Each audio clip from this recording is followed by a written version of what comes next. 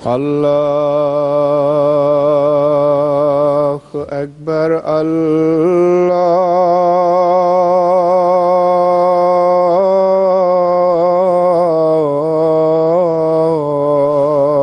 الله أكبر. الله أكبر.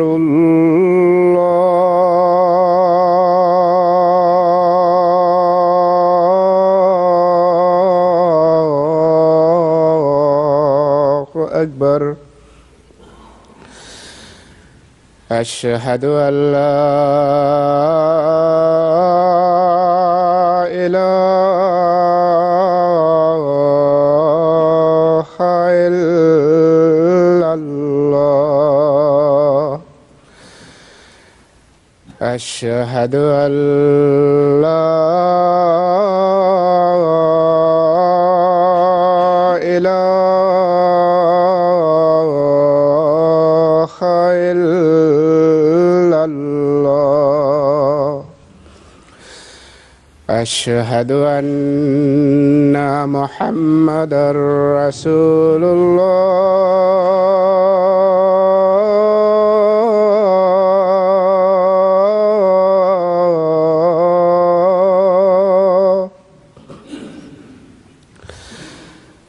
أشهد أن محمدًا رسول الله. حي على الصلاة.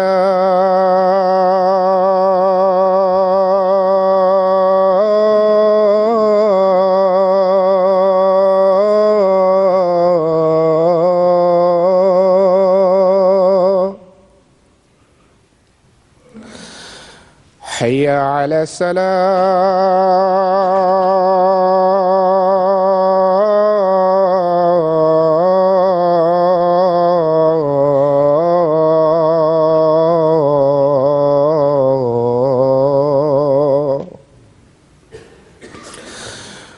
حي على الفلاح.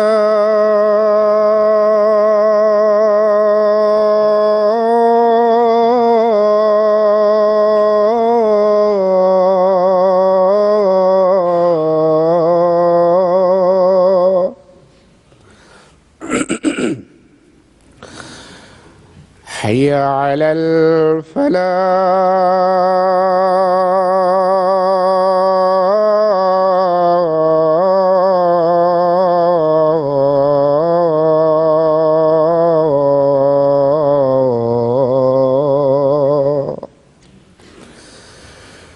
الله أكبر.